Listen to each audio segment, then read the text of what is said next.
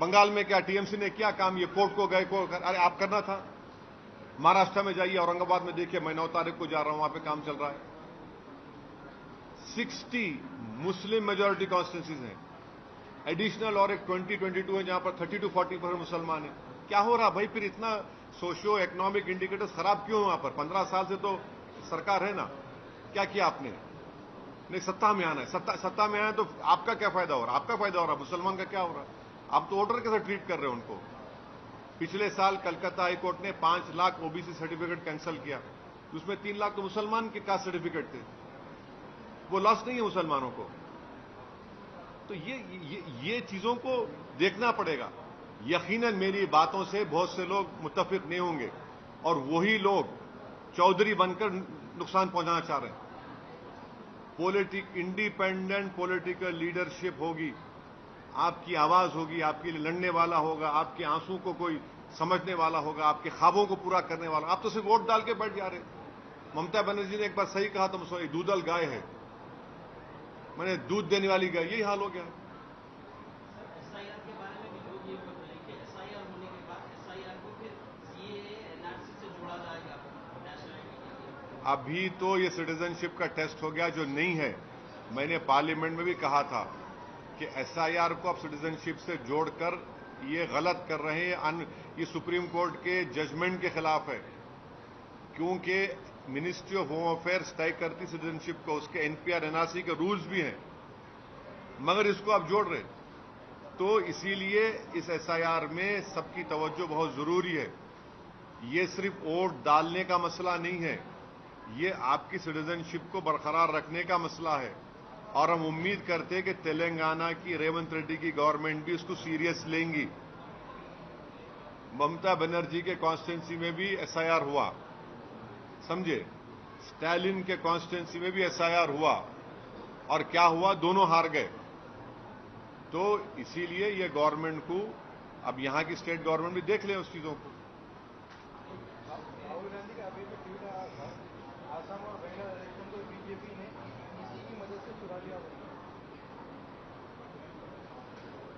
अब उनके उस पर मैं कैसे, मैं इतना तो बोलूंगा कि अगर आसाम में अजमल साहब के और मेरे ख्याल से आराम से 6 से 7 एमएलए जीत सकते थे, मगर वही पुरानी बात सरकार बनाने का। अबे सरकार नहीं बना सकते भाई तुम लोग,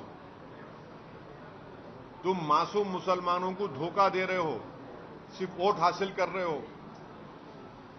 नुकसान किसको होगा आसाम में? अब 50,000 तो निकाल दिए, बेघर हो गए। अगर एआईयूडीएफ के ज्यादा एमएलए जीतते, आपकी ताकत दिखती थी ना वहां पर। देखिए, मरने के बाद मेरी खबर पे आके फूल चढ़ाना मेरे से मोहब्बत नहीं है, मुझे बचाना मेरी मोहब्बत की निशानी है। मेरे मरने के बाद खबर पे आके फूल चढ़ा रहे हो, बड़ा हमदर्द नहीं भाई, मुझे जिंदा रखो आप। और जिंदा रहने के लिए आपको अपने पॉलिटिकल रिप्रेजेंटेटिव और वॉइस की जरूरत है, आपकी लीडरशिप की जरूरत है जो आपकी होनी चाहिए। आप सिर्फ वोट डालने वाले बन गए। नहीं नहीं, अरे कितने बार हराएंगे? पंडित नेहरू के जमाने से लेके अब तक मुसलमान सिर्फ फिरका परस्ती के खिलाफ ही वोट दे रहा है ना। ये कम्युनिटी को आपने क्या डेवलपमेंट किया बताओ मेरे को। आप लोगों को मालूम कि बंगाल में पंडित नेहरू जब प्राइम मिनिस्टर थे, 1962 दिसंबर में श्रीनगर में हजरत बल में रसूलुल्लाह सल्लल्लाहु अलैहि वसल्लम का बाल मुबारक चोरी हो गया, पूरे मुल्क में राइट्स हुआ। 63 जनवरी में 8 लाख मौजूदा बंगाल के मुसलमानों को उस वक्त ईस्ट पाकिस्तान में ढकेल दिया गया। हमारी पार्टी का यह मानना है कि यकीनन आप कम्युनल फोर्सेस को हराइए, मगर अपनी पॉलिटिकल लीडरशिप को बनाइए ताकि आपकी इनजस्टिस के खिलाफ, आपकी आवाज के खिलाफ कोई लड़ सके। आप दूसरों को वोट डाल रहे हैं, फायदा क्या हो रहा है? आपको खाली वोटर बन रहे हैं। आप सिटीजन बनिए, सिटीजन विद राइट्स बनिए, शहरी बनिए, लीडर बनिए, नेता बनिए, अपने मुकद्दर के फैसले करिए। ये समझने की जरूरत है।